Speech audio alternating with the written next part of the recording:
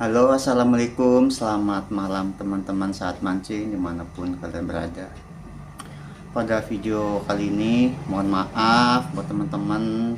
Untuk saat ini saya masih sakit, belum bisa upload video mancing lagi ya. Jadi hari ini adalah hari ketujuh setelah saya operasi hernia. Nah, saya akan berbagi pengalaman nih buat teman-teman nih. Jadi dari mulai hari kedua sampai sekarang, apa yang aku rasakan dan kenapa aku masih menggunakan kantong kateter ini ya. Jadi setelah operasi hingga hari ketiga di rumah sakit, saya itu masih mengeluarkan kencing darah, diakibatkan karena katanya di bagian kantong kemih saya ada cedera lah yang mengakibatkan pendarahan nggak berhenti. Tapi dokter ngasih obat untuk menghentikan pendarahan dan alhamdulillah sekarang warna urinnya itu udah normal, dan insya Allah besok ke rumah sakit untuk cabut selang ini ya, karena untuk pakai ini tuh sangat tidak nyaman ya teman-teman.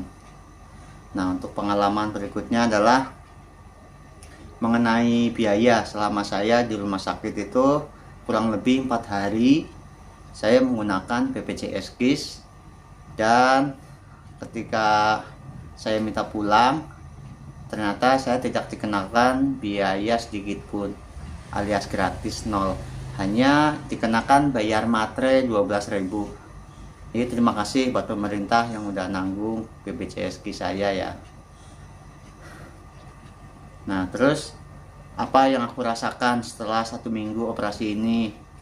Jadi untuk rasa 1 minggu setelah operasi ini, untuk luka operasi sih udah bagus, kering. Cuman untuk sakitnya itu masih rasa sakit banget ya. Dan untuk masalah BAB juga masih kesulitan BAB, karena kan kita posisi duduknya itu kita harus atur sesuai biar gimana rasanya nggak sakit, karena kan saya ditambah ada kantong ini jadi ribet lah. Enaknya sih emang BAB di kloset yang jongkok, kloset duduk juga oke. Nah, jadi selama operasi itu setelah hari kedua itu emang itu hari dimana lagi sakit-sakitnya itu. Tapi begitu masuk hari ketiga itu rasanya sih standar, nggak sakit banget. Standarnya tuh hingga sekarang. Dan untuk setelah operasi, setelah 1 minggu ini ya, aktivitas apa aja yang udah bisa saya lakukan di rumah. Jadi paling ya aktivitasnya masih jalan-jalan, jalan-jalan kecil, karena kan nggak bisa lama-lama, masih sakit ya.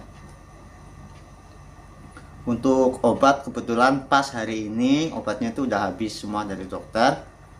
Nah, besok mau cek jahitan, mudah-mudahan nggak ada kendala, nggak ada apa-apa, dan aku juga segera pulih. Lalu ini sedikit cerita lagi oh ya, untuk untuk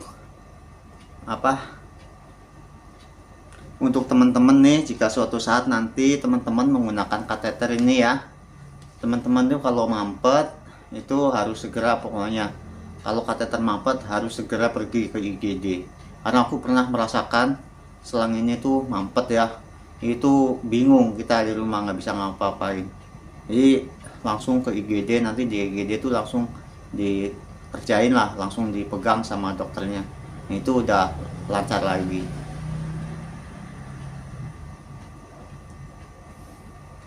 Jadi untuk pengalaman saya operasi hernia ini ya teman-teman, ini menurutku ya udahlah cukup, ini pengalaman untuk sekali aja, nggak mau lah operasi lagi. Mudah-mudahan badannya sehat selalu lah sampai nggak mau operasi lagi pokoknya. Nah, buat teman-teman nih, apa aja sih yang harus dihindari agar tidak terkena hernia? Ya, satu ya teman-teman, kurangi angkat-angkat beban yang berat, kurangi olahraga badminton, kurangi loncat-loncat, jumping smash, dan kurangi juga main futsal ya, karena menurutku ya itu olahraganya terlalu berat. Ini untuk daripada nanti teman-teman kena hernia, mendingan lebih baik mencegahnya dari sekarang. Nah, untuk setelah operasi ini, makanan apa aja sih yang bagus untuk membantu pengobatan hernia? Jadi dokter menyarankan saya sih untuk memakan putih telurnya ya. Lebih baik sih dikukus, direbus, kuningnya nggak usah dimakan lah. Jadi aku mau makan putih telurnya aja. Yang kedua, aku konsumsi ikan gabus. Jadi untuk selama seminggu ini aku udah habis 4 kiloan ikan gabus. Dan alhamdulillah itu khasiatnya emang berasa banget di luka operasi. Udah nggak terlalu sakit lah, mungkin udah kering.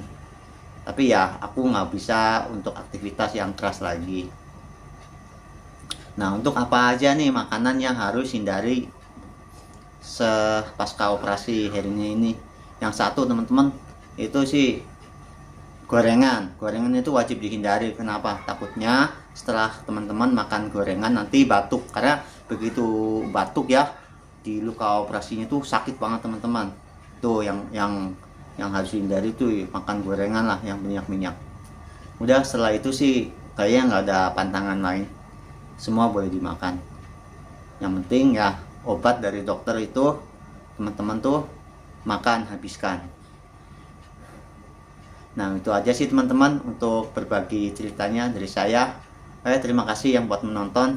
Jangan lupa like dan subscribe video ini jika bermanfaat buat teman-teman semua. Assalamualaikum warahmatullahi wabarakatuh.